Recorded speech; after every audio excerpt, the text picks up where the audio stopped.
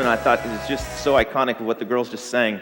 What if we treated Jesus like a lion in the field versus a lion in the zoo? How different would our attitudes be when we come in the presence of the King, of the Lion of Judah? He's roaring. He's roaring inside of me. God's not dead. He's surely alive. Amen? You believe that, church?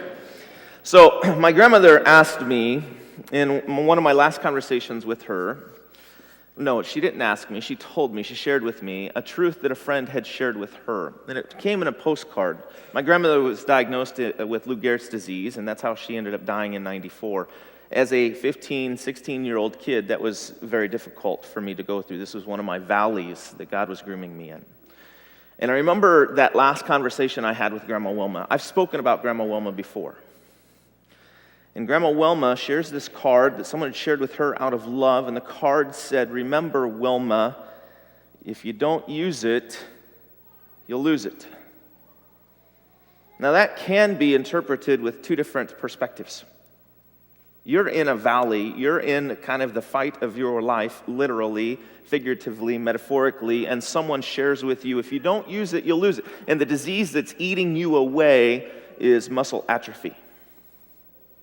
Her response could be to be kind of intimidated with that, to be offended by that, or to be inspired by it. And I remember sitting in the living room with Grandma Wilma. Now, Grandma Wilma, let me just kind of frame this for a second. Grandma Wilma was a burly woman.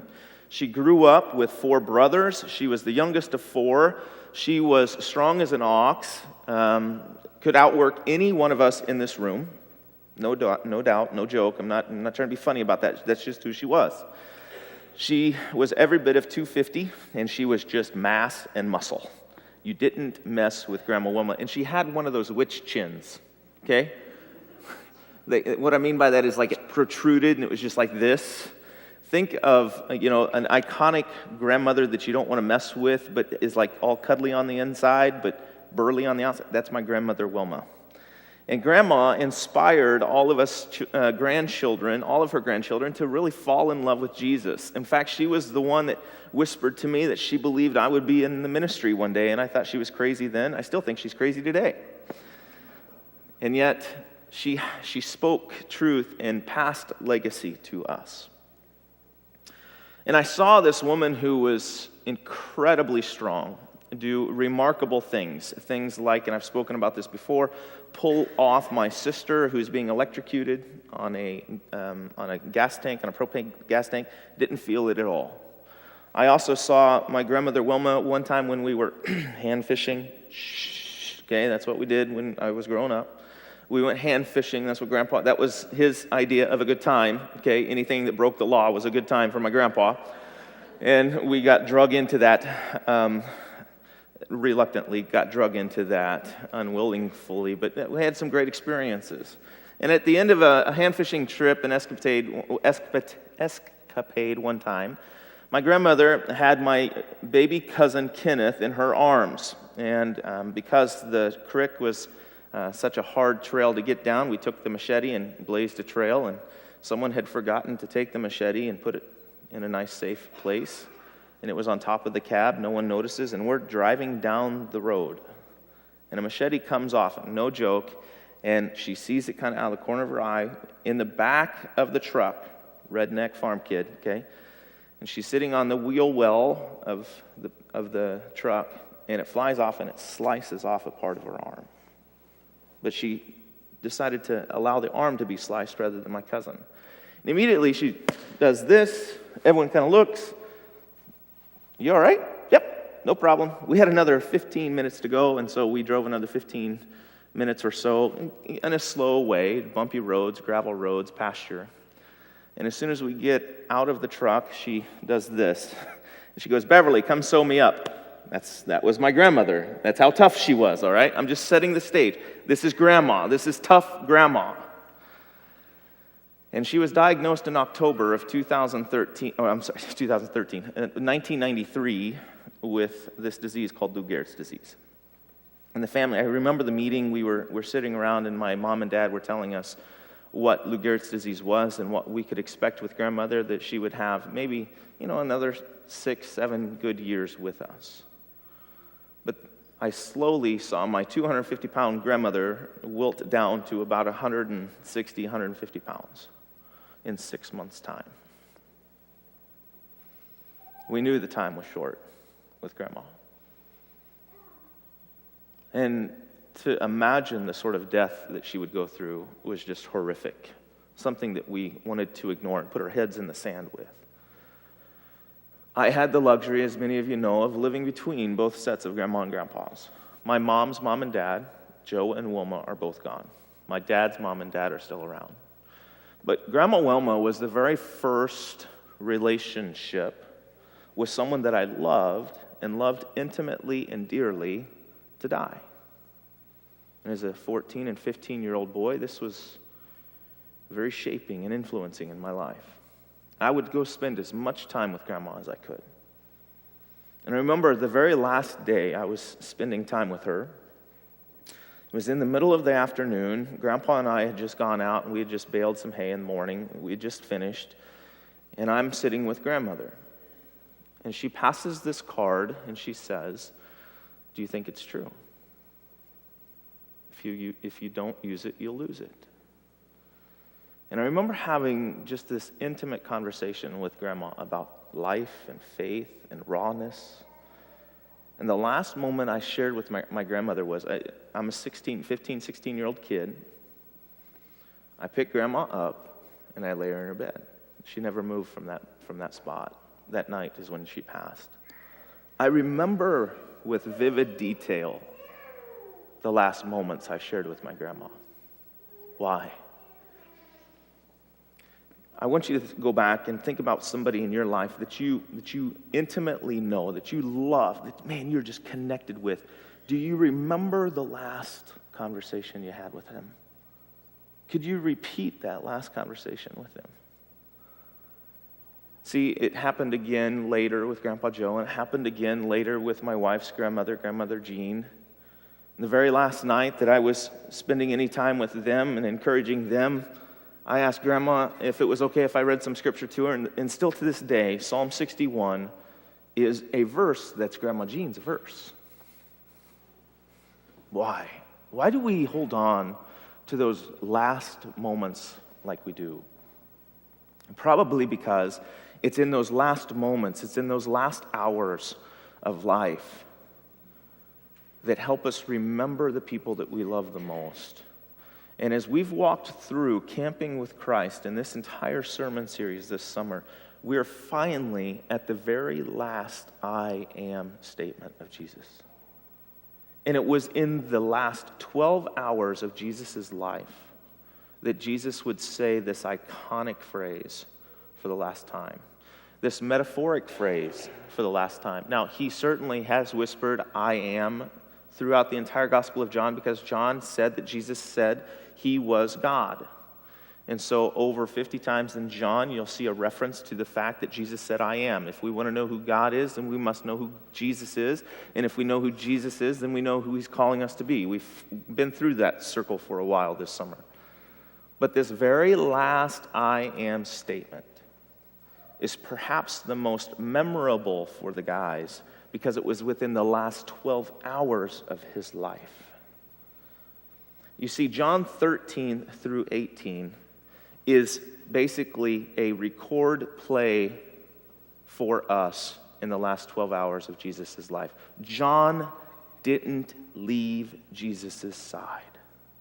From the time he had experienced his Lord wash his feet with the rest of the guys, from the time that he had heard Jesus say to the rest of the guys, "One of you will betray me," from the time that he even heard Peter say, "Jesus, you're not going to wash my feet." And he even wrote this one down. I love that John wrote this down for us. He said, and Peter said, "Nope, you're not going to wash my feet." And Jesus said, "Peter, if I don't wash you, you have no part in me." He said, "Okay, then just dump the whole bucket on my head," Peter says. I'm going to write that one down. Well, Peter says, I love that we get to see kind of an insider view on the relationship and dynamics of the guys through John. And then Jesus comes back with, "Peter, I don't have to wash all of you, I just need to wash the part that's dirty. You're clean already. From that moment on, Judas, he's left the room.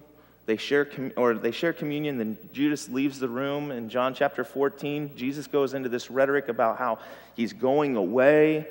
He's said this before, so what do you mean you're going away? I don't quite understand that. You've been saying that for about 6 months, Jesus. And then he says, I am the way, the truth, and life. No one comes to the Father except through me. And the end of chapter 14 ends with this statement that Jesus makes. If you want to turn your Bibles to John 14, verse 31.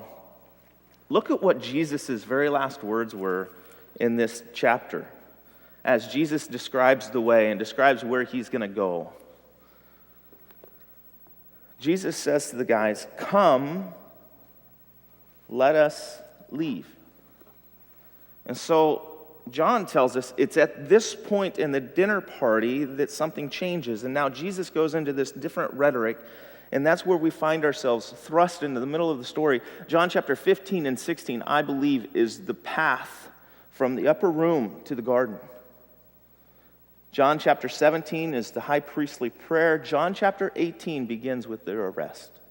So somebody hit record for our benefit so that we might know the most intimate time of Jesus with the rest of the guys. And this is John 15. This is it. This is the last conversation all of them are going to have, because as they walk into the garden, they start to fall asleep and things start to get blurry. And as they fall asleep and things start to get blurry, chaos erupts. Remember this? The soldiers with Judas come, and Judas kisses Jesus, and that's weird. And all of a sudden, Peter hacks off some guy's ear, and then Jesus disappears. And as Jesus is arrested, what happens to the rest of the guys? They scatter. They're gone. They don't know which way is up. But at least in John chapter 15 and 16, they're together. At least in John chapter 15 and 16, they hear Jesus say, I am the true vine. I am the true vine, and my Father is the gardener. I want to just camp out there for a little bit, because why would Jesus qualify this statement with, I am the true vine? In John chapter 15, verse 1, as he says, I am the true vine, this is the seventh metaphoric statement that Jesus makes. But there's something special about the word true, because in Israel's history, they have always been compared to the vine that has been connected to, they've been described as the branch who's been connected to the vine. Israel's always been compared to that. Israel in Psalm chapter 80, 8 and 9, Isaiah 5, Jeremiah 2, Ezekiel 15, and go on, and just it continues to go on, that Israel is known as the true vine of God. And Jesus says, okay, I know that you guys have heard it said before that Israel's the true vine, but that's not right. I'm the true vine. In fact, during the 400 years of silence, and what the 400 years of silence biblically is known as, is when Malachi, the very last recorded prophet in the Old Testament, up until John the Baptist, the crazy guy that dresses in camel's hair and eats locusts and honey, that's 400 years of silence where God doesn't say anything to his people. But during that time, there's this history in Israel that's known as the Maccabean Revolt. And during the Maccabean Revolt, what they had identified themselves as being is the one stump of Jesse, which is a prophetic verse found in Isaiah 11, that he would raise up, and when that stump of Jesse raises up, he would bring peace, he would bring position, he would bring prosperity, he would bring all kinds of influence to the known world, and all of the nations would come back to that stump of Jesse. And it was during the Maccabean Revolt that they thought, hey, finally, Israel is remaining. We are the true vine. And Jesus is speaking to the cultural norm of the day, to something that the guys would have known. In fact, they had even engraved the vine on the temple because Israel believed they were the true vine. There have been coins that have been found during the Maccabean Revolt with the iconic symbol of a vine known as Israel. This is a big deal when Jesus says, I am the true vine. Here's another reason I think Jesus says, I'm the true vine. Because many of us want to attach ourselves to false vines, don't we? We want to attach ourselves to employment, to status, to influence, to popular opinion, to pursuits. And Jesus is saying, all of those things are death. I am it. He says, I am the true vine, but my Father is the, depending on which version you're reading here, it says gardener, vine dresser. The root word for this in the Greek is actually farmer. The Message translation actually got it right. Because a farmer is different than a gardener. A gardener is an employee. A farmer is an owner.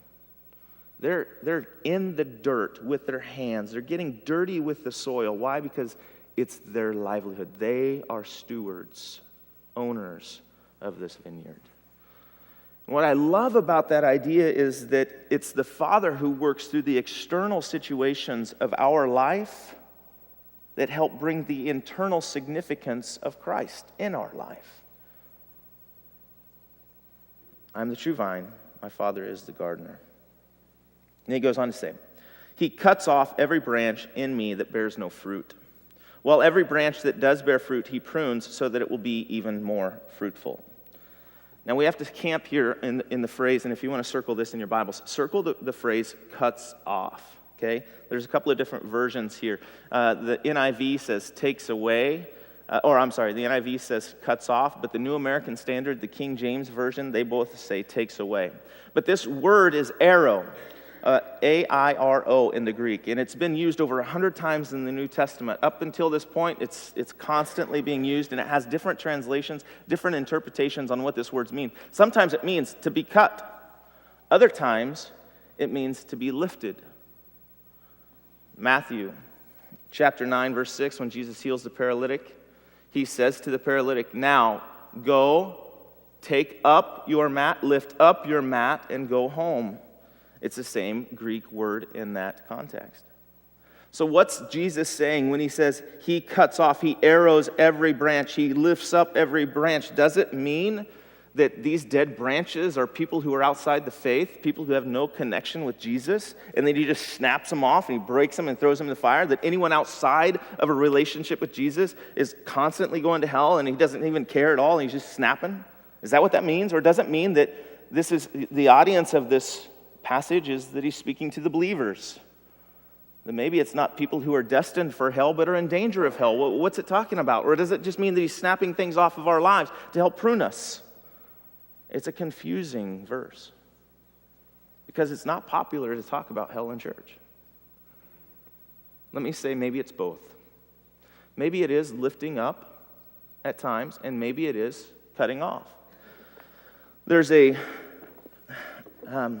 professor at Moody Bible Institute. He also has written over 700 different articles with just teachings of Jesus. His name is Jack Wellman, and he says that in his experience being a vine dresser, one of the things that when pruning season comes that he looks at is whether or not a branch has life in it. The only way to know whether or not a branch has life isn't from a naked eye, because you can't tell them apart. You can't tell which branches have life and which ones have death.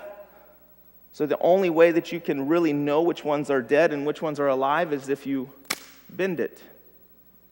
See, if you bend the branch and it snaps, there's no sap. But if you bend the branch and there is sap, there's life.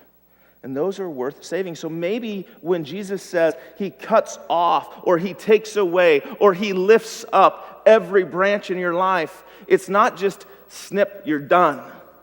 Maybe it's he gives you a shot. He lifts you out of the dirt. He lifts you out of the mud. He lifts you out of your circumstance and out of your situation so that you might see the sun and have exposure to the sun again so that you might bear fruit. And in that lifting, if you snap, if you're broken, it's because you have no life. This is weird rhetoric, but it's stranger than that. You see, there's this estate. Let me check my notes. I think it's called the Biltmore. Yeah, Biltmore Estates. And it's found in North Carolina. Supposedly, this is the largest house in North America. It has over 125,000 acres. I have not been there personally. This is on my bucket list of places to go to. It has a ton of rooms. Here's the stats. It has 250 rooms. It has 35 bedrooms. It actually has more bathrooms than it does bedrooms. It has 43 bathrooms. It has 65 fireplaces.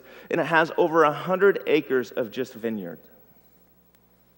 They've hired a professional horticulturist with doctorates in horticulture that specializes in pruning. He writes in this book, Four-Chair Discipleship, which we're going to come into as a church in November. If you want to get ahead of the game, you might want to order this book. We're going to be talking a lot about Four-Chair Discipleship. But in one specific section, this specific horticulturist, I should have bookmarked that, I'm sorry, page 118, says this. Listen to what he says.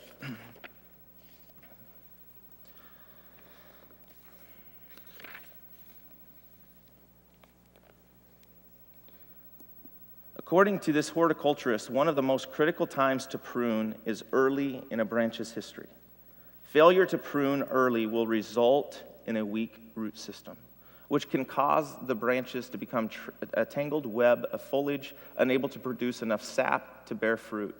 If not pruned, a branch will eventually die a premature death. But if pruned carefully, though its lifespan and fruitfulness dramatically increases. A typical young branch will surface 10 to 12 buds in a year that become clusters of grape. But early in this plant's life, it will need to be pruned back to 2 or 3 buds. Did you catch it? It's not just that Jesus takes the bad stuff in our life. Sometimes he takes the good stuff in our life. Sometimes, and I know some of you are experiencing seasons of being pruned and you're going, what's going on? Why is God taking all this good stuff from me? Maybe it's because he needs to so that you might be more fruitful in another area. So you can expect pruning according to this verse. Everyone will be pruned. Everyone will be pruned because Jesus isn't finished with you yet. There's still work to be done. He doesn't quite see his reflection in you yet. So sometimes it's bad stuff that he prunes, and sometimes it's good stuff that he prunes. You know, when the pruner goes along the vineyard, you know what he's snipping? He's snipping flowers, things of beauty. Why does God take the good stuff from your life? Because it's evidence of his presence and love. There's a reason this is happening. See, when we're pruned, we grow. And when that happens, Jesus is saying to you that he wants to grow into you what he is. He wants to say to you, I am perfect love. I am perfect peace. I am perfect patience. I am perfect gentleness. I am perfect faith. I am perfect goodness. I am perfect self-control. You don't have those things yet, but let me prune you so that you might have those fruit, the fruit of the Spirit. I'm going to prune you so that you grow. When do you grow the most in your life? It's when you're pruned. See, when you look at your life, you will find valleys and you'll find peaks. And the view from the peak and the air from the peak, man, it's just breathtaking. It's inspiring. But if you look down just for a second, not at the landscape, but look at where your feet are planted, oftentimes you won't find vegetation. Why? Because vegetation is not where the mountain peak is. It's in the valley, where you grow the most. It's when the view isn't the clearest. It's when it's not as breathtaking. It might be painstaking that Jesus does his best work. And many of us don't want to walk through those valleys. We don't want to walk through that pruning because it hurts. But if you're in a season of pruning right now, please hear me when I say, if you feel the season of pruning or you feel a season where Jesus is just kind of cutting back in your life, maybe you have a heightened sense of just wrestling with things, doubt or turbulent situations, maybe relationally there's more conflict in your life, there's more fear, there's more anxiety. I want you to know that pruning is evidence. Pruning is evidence not only that the Father loves you, but that he's close to you, because you cannot prune something you're not close to. Jesus is walking with you in this time. And if pruning is evidence that the Father loves you and is close to you, then fruit is evidence of the pruning. It's a promise that you will bear much fruit. There's a reason this growth is necessary. See, the Father disciplines those he loves, Hebrews chapter 12. Let's look at verse 3. You're already clean. because of the word I've spoken to you. Now, this is perhaps one of the more confusing verses in this entire rhetoric. When Jesus says, you are already clean because of the word I've spoken to you, we scratch our head. What's that have to do with sliced bread? What's that have to do with anything that Jesus was talking about here? And what it is a play on words. Where did they just come from? They just came from the upper room. When Peter said, you can't wash my feet, and Jesus says, Peter, if I don't wash you, you have no part in me. I don't need to wash everything that's already clean. It's the exact same phrase. It's the exact same word that Jesus uses in the upper room. And I think when he said this is a ball cap moment. This is just a personal reflection moment. I believe that when he says this, he looks at Peter. He says, you're already clean. You're clean because of the words I've spoken to you, Peter. And the word for clean in the Greek is the same word for pruning.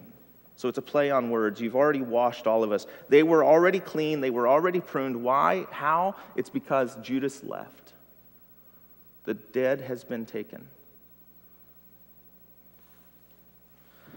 I want to jump down to verse 9. Look at what Jesus continues to say. He says, as the Father has loved me, so I have loved you. Now remain in my love. If you obey my commands, you will remain in my love, just as I have obeyed the Father and his commands. Now you remain in my love. I've told you this so that my joy might be in you and that your joy might be complete. My command is pretty simple. Love each other as I have loved you. Greater love has no one than this, than he would lay down his life for his friends. And you are my friend, Jesus says, if you do what I command. I no longer call you servants because a servant doesn't know the master's will. Instead, I have called you friends, for everything I have learned from the Father I have made known to you. And then he closes this out with, you did not choose me, but I chose you. And I appointed you to go and bear fruit that will last. Then the Father will give you whatever you ask in my name. This is my command, that you might love one another. You see, faith's origin and faith's conclusion is the same spot. Faith's origin is love, but it's not your love for the Father, it's his love for us. Have you ever thought about that? Your faith and your journey and your relationship had nothing to do with how you loved Jesus. In fact, I might even argue it has to do with how you feared Jesus. But that's not the beginning point. The beginning point of your faith was his love for you, not your love for him. But it finds full completion as we mature into the image of Christ, that we love each other. Why? Because it's not natural for us to do. You know, if you examine love, there are so many different facets in the scriptures, and we all understand all the different, 3 or 4 main dominant themes of love. Eros, which is erotic or romantic love. Phileo, which is brotherly love. Yeah, I kind of know you. But then there's agape love, which means that, I'm all in. Chips are in the middle. I'm not leaving you. We all understand those different types of love. But what some of us fail to really analyze is that we cannot experience true love until we've also experienced hostility. You ever thought about that? Do you love your spouse the same way that you loved them when you first married them? I would wager no. It's because intimacy is forged in conflict. Intimacy is forged in conflict. You cannot fully experience love until you first endured rejection. You see, faith is not do so that you might be loved or so that you might be approved. Faith is that you're loved, you have the stamp of approval, so now do. Think about this for just a second from a very fun illustration that Francis Chan uses. He talks about a mom and a dad who told their daughter to go clean her room. They came back the next evening and the room wasn't cleaned, and they approached the daughter and said, hey, what gives? Why didn't you clean your room? Well, I understand what you said when you said clean your room, and that, man, I want you to know, Dad, I've prayed about it, I've thought about it, I got it. Why didn't you clean your room? Well, no, you don't understand that. And then she unrolled her sleeve and she said, look, Dad, I even wrote it, clean your room, on my arm. I even tattooed it on my arm. So I'll never forget, I got you, Dad, I got it. Why didn't you clean your room? No, Dad. I even invited 2 or 3 other friends of mine, and we had this good, intimate Bible study. It lasted for 16 weeks. It was a series that we studied what the Greek kleneo means, and kleneo means that you clean fervently and with much haste. We got it. We really invested in this. Why didn't you clean your room? This is not linked at all. Our obedience is not linked at all to obligation. It's linked to devotion. You see, the reason that we obey is because we love, not the other way around. When I have moments where I'm frustrated with Mandy, I don't think, let's see, how can I ignite my love for her? My wife, I don't hang up my bath towel because I don't have love for my wife. It's the other way around. Our faith, our obligations, our works are inspired by our faith. Now, I'm going to just kind of throw the normal thing right on the table. I think all of us are asking, okay, so yeah, I get that we're supposed to be connected to the vine. I understand that if we're not connected to the vine, we might be cut off, lifted off, whatever. But how? How do I stay connected to the vine, Steve? See, our problem is not application. I think our problem is motivation. That's where many of us struggle. Here's what you're called to. Here's how we stay connected. You are called to work on and grow in your love for Jesus. And your enemy wants to distract that devotion with sin, with busyness, with opportunities, and we let go at times. We get dirty at times. Here's what you're called to. You're called to work on and to grow in your love for Jesus Christ. And that in turn will affect your obedience. You're not called to work on your obedience so that you might learn to love. It's when you grow in your love that sin loses its grip. It's when you start to gaze at who Jesus is that you're transformed. So how do I stay connected? Fill your life with things that stir your affections for Jesus. What are your affections? What are the things that just really motivate you? What are the things that really get you going? Evaluate what stirs your affection. See, all of us, the staple answer is, we can have our affections stirred with Jesus if we just dive into the Word, if we just pray. That's normal, that's standard, that's everybody. But each of us have been made so uniquely and so intimately and so wonderfully made that you have different passions and you have different affections that are stirred. Maybe for some of you, it's having a good cup of coffee in the sunrise. Maybe for others of you, it's watching the sun set. Maybe for some of you, it's just enjoying that newborn baby in your family and just gazing at the eyes and gazing at their chest as it raises up and down. And you go, this is Jesus. I feel God here. Maybe for others of you, that doesn't connect at all. Maybe it's you love hunting in a tree stand and you just love being outside and watching the wilderness. Maybe it's your lap dog sitting on your lap. What stirs your affections for Jesus and what robs your affections? See, Christ has become what you could not become. He has done what you have never been able to do. Christ is who you were never able to be. He is the vine. You are the branch. Your only obligation is not to try to work harder, it's to be with Him.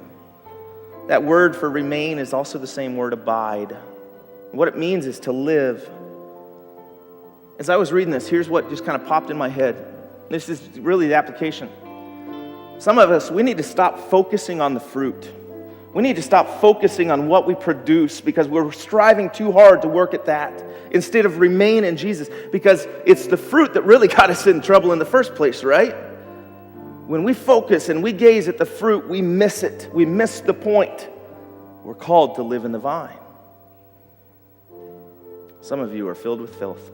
You're dirty, you're tired, you're beat down, you're in the mud. Jesus wants to lift you up so that you might abide, so that you might live with Him. That's the invitation today. God, I thank You for this day. I thank You for the people who are wrestling with this truth. I pray that You would speak to them loud and clear. May they respond in a way that would at least engage conversation, that we can put together a roadmap. Because this last conversation with you and the guys was so intimate. In Christ's name. Everyone said, why don't you guys stand up with me?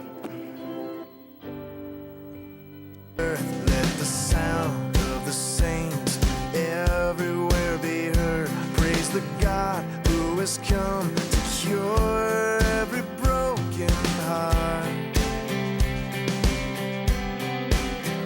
He is Lord over all, his reign will never end. Through the fire and the flood, he draws his children in. He's the light of the world, brighter than the brightest star. The God of brilliant lights is shining down over us, breaking through the darkness, covering all the earth. Oh, oh, his love is like an ocean. Oh, oh, forever overflowing. The God of brilliant lights is shining over us. Sinners come to the cross, lay your troubles down at the feet